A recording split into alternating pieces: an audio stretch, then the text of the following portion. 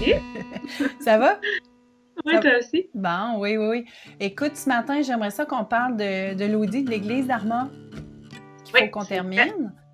Donc, on va aller ouvrir ça. Je suis dans Basecamp. Bonjour, je m'appelle Marie-Hélène Verdier. Je suis native des Îles-de-la-Madeleine, mais je suis déménagée à Québec là, pour faire mes études, baccalauréat et maîtrise en architecture à l'Université Laval. Depuis 2011, je travaille pour Marie-Josée Deschênes Architectes. Comme c'est une firme qui travaille en télétravail, je travaillais d'abord à partir de Québec, à partir de ma maison de Québec. Depuis peu, là, je suis déménagée aux Îles-de-la-Madeleine, retour à la maison. Puis on continue. Le télétravail me permet ça, là, d'être un peu plus loin physiquement du bureau de Québec, mais de pouvoir poursuivre là, le travail comme on le fait depuis toujours, devant l'ordi, chacun chez soi. Je me sens choyée d'être aux Îles-de-la-Madeleine.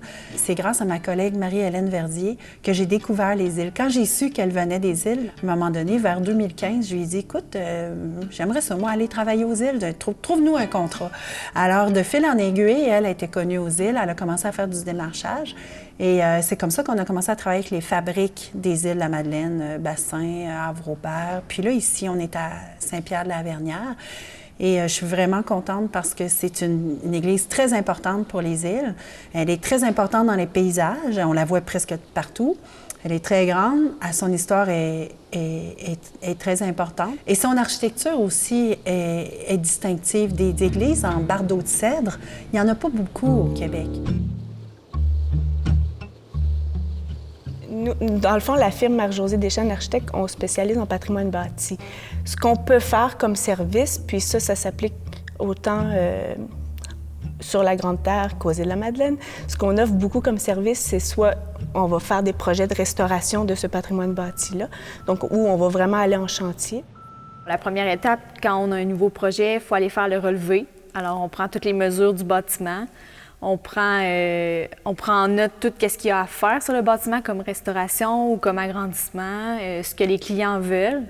Ce qu'on fait aussi beaucoup, c'est d'accompagner les fabriques, par exemple, les fabriques d'églises, pour les aider à monter ce qu'on appelle des audits techniques. Donc, on va les accompagner pour vraiment faire l'état du bâtiment, de la cave au grenier, puis essayer de voir avec eux le portrait, là, combien ça coûte pour faire ces réparations-là, puis de phaser les réparations à faire sur plusieurs années pour les aider dans les demandes de subventions, les aider à planifier les travaux à venir.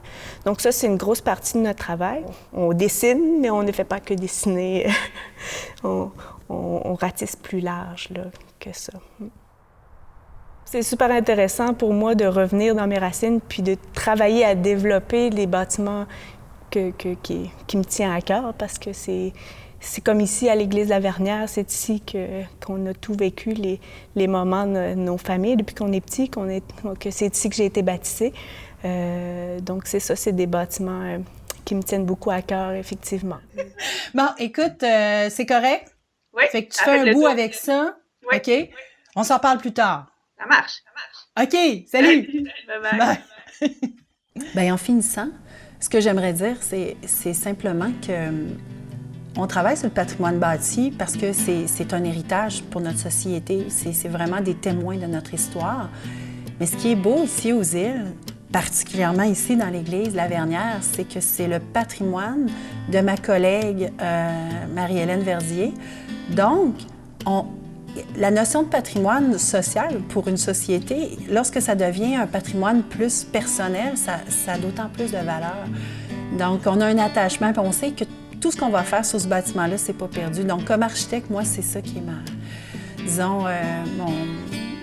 ma gratification, là, de pouvoir dire, bien, tout ce que je vais faire, ça va assurer la pérennité du bâtiment. Et puis, les gens vont pouvoir la visiter encore longtemps, puis elle va témoigner de son histoire, qui est notre histoire, finalement.